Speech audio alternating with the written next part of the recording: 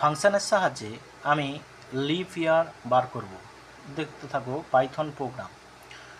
প্রথমেই def calculate leap year ব্র্যাকেটের মধ্যে if A modulus 4 double equal to 0 and A modulus 100 not equal to 0 or A modulus 400 equal to 0 print করবে leap year, else print করবে not a leap year. এরপরে input করছি A equal to int input enter a number calculate leap year, call করলাম একে। ঠিক আছে, দেখে নাও ভালো করে প্রোগ্রামটা আমি রান করছি।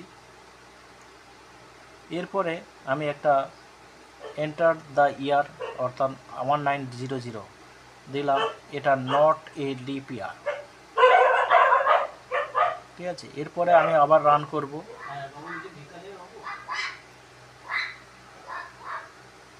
1996 এটা লিপ ইয়ার। ঠিক আছে,